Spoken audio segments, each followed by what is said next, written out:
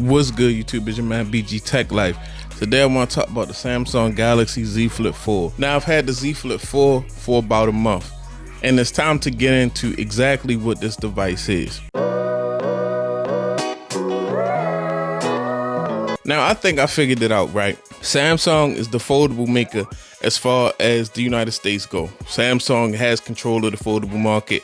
They wanted to make a phone that everybody could put their hands on, and they wanted to price it decently.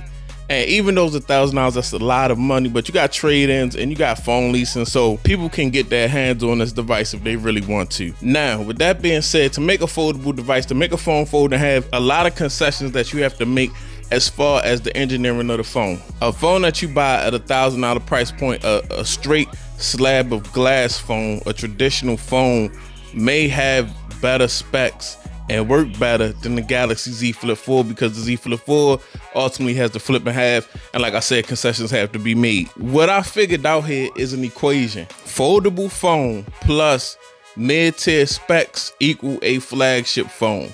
And that's kind of how I look at it. Like, if you like the usability, because there's a lot of things that you can do with the Samsung Galaxy Z Flip 4 that makes it a fun device. It's a lot of stuff you can do, folding it, using it as a tripod, taking selfies with it, taking selfies with the camera on the outside, things of that nature. There's a lot of little things, cool things. You can set it up, you can have lunch, flip it, watch a YouTube video, things of that nature. It's a lot of little things that you can do if you want to. If those are the things that interest you, that's a really good phone for you.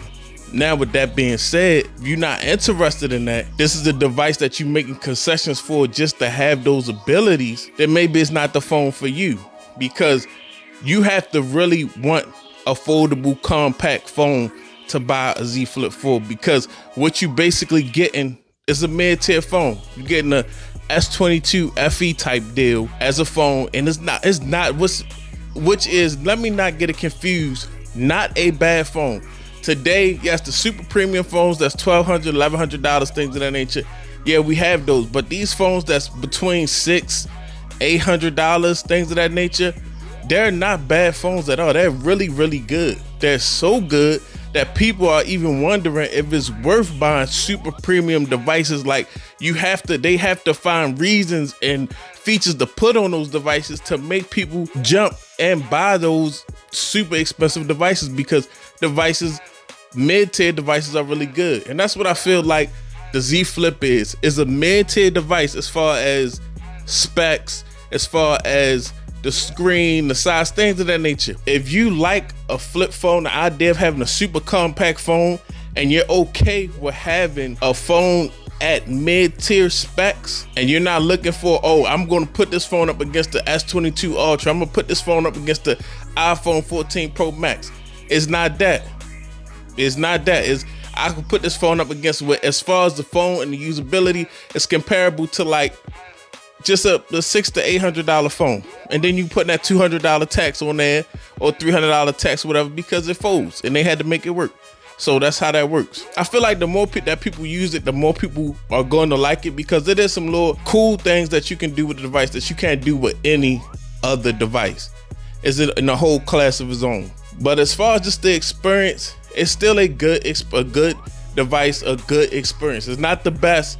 It's not the best at anything, but it's decent at everything. 1080 display, OLED. Of course, you're gonna have a good experience with this device. Samsung makes really good screens at all the ratios, from 1080 all the way up to 2K. As long as you got that AMOLED or OLED screen, the screen is gonna be this. It's gonna do its thing. It's gonna get super black. It's gonna look good. It's gonna look a little saturated from Samsung, and that's what I prefer. That's what I like. The cameras, it's not gonna go up against any flagship, super premium flagship device as far as the cameras go. It's got some nice 12 megapixel shooters on the back. They do a decent job. They do what they're supposed to do. You can get some decent audio, you get some decent video. You can create a YouTube channel with the phone. I mean, honestly, the content that you can record with this phone is good enough to put on YouTube, and nobody will sit there and be like, oh, this is horrible content. It's a decent device. You can do some decent things with it. Because it's not the best, everything doesn't have to be the best. It works really well for what it is. The performance is good. It's got the latest Snapdragon. You just have to watch your storage and how you overload the phone, because It can. Now, mine hasn't done it because I haven't had my phone long enough and I haven't used it hard enough. But the 8 gigabytes of RAM, if you have that 8 gigabytes of RAM, it could get overloaded at times. The Z Flip 4 is a good device. Its progression was progression from the Z Flip 3. I can see it being somebody's daily driver that's not an intense phone user.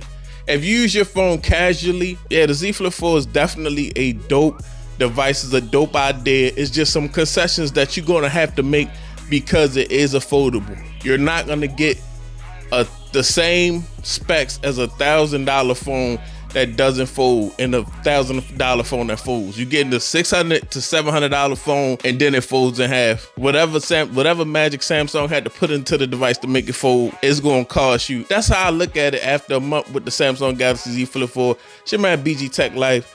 If you're not subscribed, get subscribed. If you're not following me on Instagram and Twitter, go ahead and follow me, BG_Tech Life. It's your man BG. I'm out. Peace.